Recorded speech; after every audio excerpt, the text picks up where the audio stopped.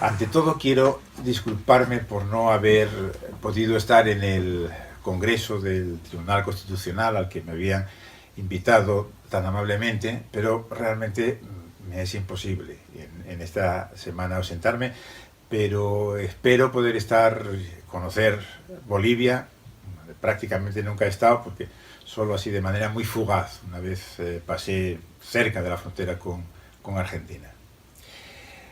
El tema del que yo iba a tratar en el Congreso, y sobre todo, iba a ser una discusión con mi buen amigo Juan Antonio García Amado a propósito de la ponderación.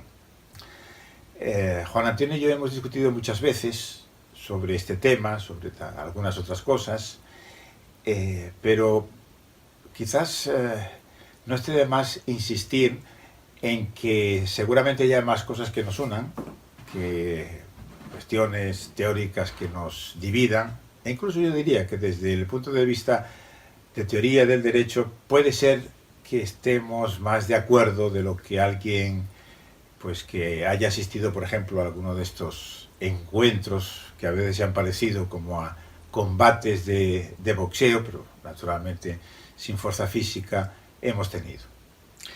Bien, el tema de la ponderación, como todo el mundo sabe, está en el centro de los debates a propósito de la teoría del derecho, del constitucionalismo contemporáneo.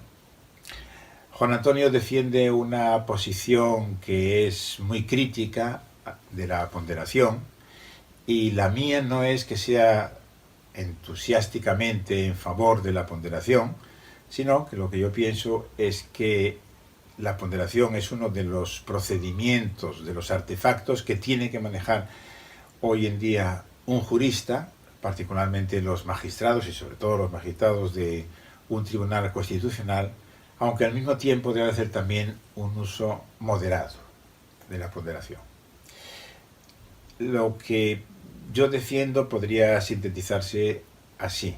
Como muchas veces se dice, cuando un juez tiene que resolver casos fáciles, y que fáciles quiere decir que exista alguna regla que claramente controle el caso a decidir, entonces su operación argumentativa básicamente consiste en llevar a cabo una subsunción, un argumento deductivo, lo que solemos entender por silogismo judicial. En realidad esto del silogismo judicial es también significa una excesiva simplificación, porque nunca, por fácil que sea el caso, el juez se limita en realidad a hacer un silogismo. O sea que hay muchos argumentos que uno tiene que hacer, a veces se hacen únicamente de manera implícita hasta llegar al silogismo, pero puede servir de manera, diríamos, sintética, decir que a propósito de los casos fáciles y de los casos controlados por reglas, argumentar consiste en deducir. Pero de vez en cuando los jueces se encuentran con casos difíciles y las dificultades pues pueden obedecer a factores diferentes. Pueden tener que ver con la premisa fáctica, digamos, o con la premisa normativa. Los que llegan a un tribunal constitucional fundamentalmente son problemas de interpretación. Y a propósito de los casos difíciles, podríamos decir que son difíciles porque no hay una regla, o sea, una pauta específica que se refiera al caso. Y entonces el juez tiene que crear esa regla. Y ese procedimiento de creación de la regla, fundamentalmente, es lo que llamamos ponderación. O sea que ponderación significa balance entre diversos principios que concurren, que serían aplicables al caso, pero los principios tienen una característica, diríamos, dialéctica, en el sentido de que siempre hay más de un principio que se aplicaría a la situación y cada uno de los cuales tira en un sentido determinado.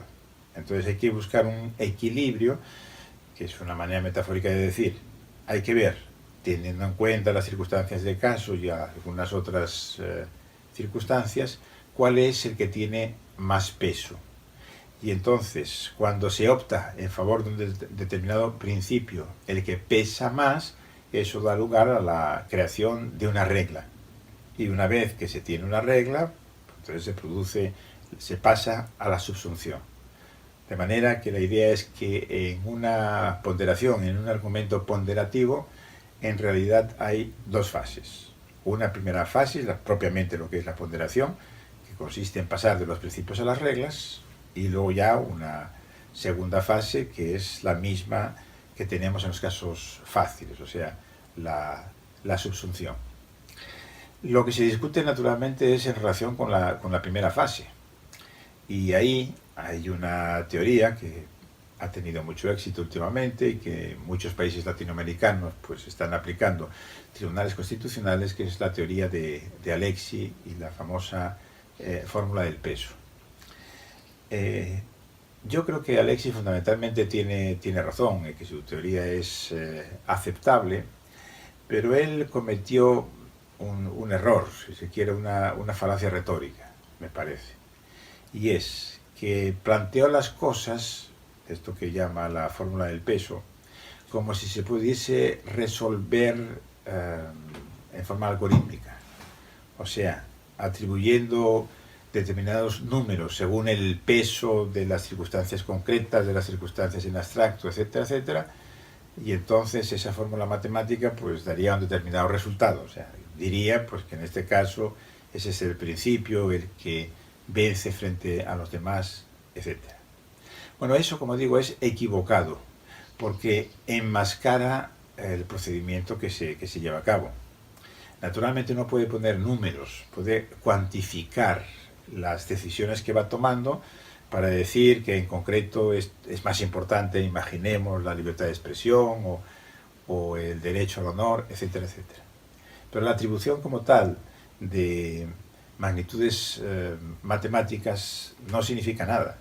Y además tiene el peligro de que oculta los momentos clave de la ponderación, que son aquellos en que hay que decidir, y decidir con razones, porque se entiende que este tal principio pesa más que el otro. De manera que, concluyendo, que si de la teoría de Alexi quitáramos todo ese aparato matemático y nos quedáramos únicamente con unas cuantas ideas, que en el fondo son ideas muy simples. Por ejemplo, pues que si uno opta por un principio frente al otro, que quiere decir que está sacrificando un principio y por lo tanto un derecho, tendrá que ser porque de esa manera se obtiene algún fin que sea valioso, o sea, que el otro principio tiene, diríamos, que tener el suficientemente peso. También tendrá que ser necesario, o sea, que si se pudiese satisfacer ese principio sin necesidad de erosionar el otro, pues no estaría justificado hacerlo. Y algunas otras cosas más. Así que esa es mi posición frente a la de Juan Antonio García Amado y muchos otros autores que piensan que la ponderación pues fundamentalmente es un procedimiento irracional, es una especie de pantalla que permite que los jueces puedan actuar de manera arbitraria. Y si hubiese estado con ustedes, pues creo que Juan Antonio y yo nos hubiésemos, en cierto modo, divertido, discutiendo y poniéndonos trampas argumentativas el uno al otro, y acabando realmente como los buenos amigos que somos. Muchas gracias.